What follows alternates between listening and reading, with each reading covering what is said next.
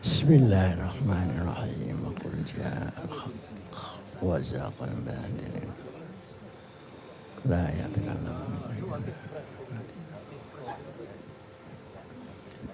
Assalamualaikum warahmatullahi wabarakatuh. Para bapak ibu sekalian yang saya muliakan. Kata kunci kita adalah bagaimana caranya agar fenomena ISIS, kejadian seperti ISIS tidak terjadi di Indonesia. Saya hanya membatasi itu. Tadi sudah orientasi baik nasional maupun global. Kalau sampai seperti ISIS itu terjadi di Indonesia, bisa lebih parah dari Timur Tengah. Karena di sini negara kepulauan. Dan tanda-tanda perpecahan itu sudah ada. Kantong-kantong yang menyediakan perpecahan itu juga sudah siap. Nah, tetapi sesungguhnya untuk mencegah ini bukan barang gampang. Karena sudah terlalu masuk. Terutama pada masa reformasi ini dengan berlindung kepada HAM, pikiran tidak bisa diadili, semua baru kriminal kalau dia melakukan tindakan, maka embrio-embrio ini dengan bebas tumbuh. Saya setuju, awal dari segalanya adalah manhaj takfiriyah itu tadi. Jadi pemikiran mengkafirkan orang di luar keyakinannya itu. Sehingga orang yang takfiriyah ini pekerjaannya mengkafirkan orang Islam. Ini bedanya wali songo, waliullah dengan wali jenggot itu di sini. Kalau wali songo itu bagaimana mengislamkan orang kafir. Pelan-pelan didakwahi sampai dia Indonesia menjadi 90% Islam. Asalnya tidak Islam. Dan itu tanpa perang. Yang ada perang kekuasaan kerajaan dan perang melawan penjajah. Tidak ada perang agama itu. Itu bisa 90% masuk Islam. Dan sekarang ini bukan mengkafir dimasukkan Islam, tapi yang sudah Islam dikafirkan. Sehingga yang masuk surga cuma dia saja. Kok enggak takut? Kok enggak takut masuk surga sendirian? Nah, dari takfiriyah ideologis, dia akan bergeser ke takfiriyah hukmiyah. Takfiriyah secara hukum formal. Sedikit-sedikit kalau melakukan ini kafir dan sebagainya. Mauludan kafir. Tapi saya tidak pernah percaya mauludan itu dikafirkan karena yang mengkafirkan itu adalah negara yang setiap tahun memperingati kerajaannya. Apa bedanya memperingati raja dan memperingati Rasulullah Sallallahu Alaihi Wasallam? Kan lebih agung momentum. Saya kan setiap tahun dapat undangan itu. At-Turas itu dari kedutaan. Nah, karena ini hukum ini menjadi hitam putih, maka tidak ada keseimbangan antara hukum dan dakwah. Tidak ada keseimbangan antara punishment dan al-irsyad. Jadi tempat pembinaan itu menjadi tidak ada. Yang ada adalah punishment. Maka pasti terjadi konflik sosial di situ. Gesernya. Nah, konflik sosial ini membesarnya adalah konflik antara pemikiran tadi dengan keselamatan negara. Sehingga sampai kepada titik ini, posisi agama dan negara itu sebetulnya di mana?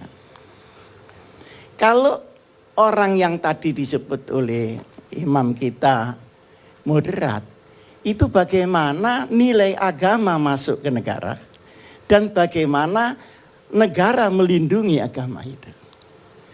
Tetapi yang sekarang terjadi adalah agama dihadapkan kepada negara.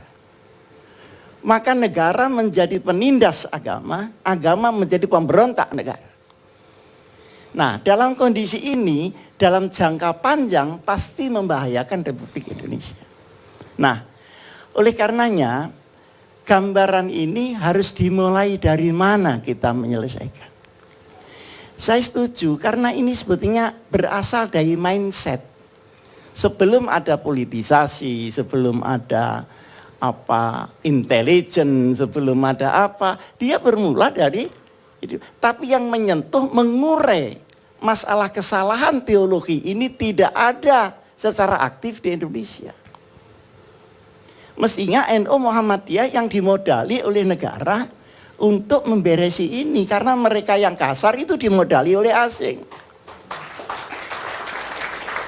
Jadi tidak usah kita anti asing sementara kita menerima uang asing. Yang tidak asing, yang betul-betul made in Indonesia itu NU sama Muhammadiyah. Nah, ini mesti harus diberdayakan, Pak. Supaya para ulama itu mengurai kebekuan daripada teologi yang tadi saya sebutkan menjadi teologi yang moderat dan seimbang antara i'tidal dan tasamuh, antara keyakinan dengan toleransi. Toleransi itu bukan justifikasi loh, Pak. Saya toleran kepada Kristen yang misalnya ibadah di gereja, bukan berarti saya harus ke sana.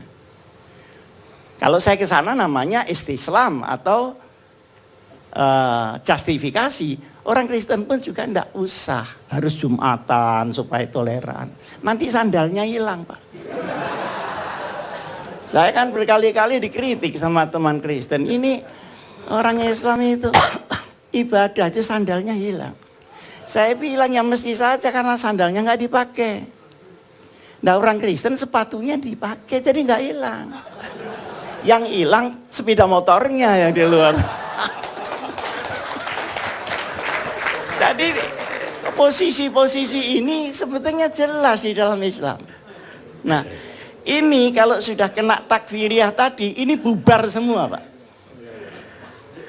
Sehingga pengerusakan adalah bagian dari ibadah. Padahal amanu itu wa amilu sholihat. Kenapa aminu selalu dengan wa fasadu? Ini semuanya menjadi renungan kita. Selama ini saya sudah berkali-kali menyampaikan kepada Pak Mbai.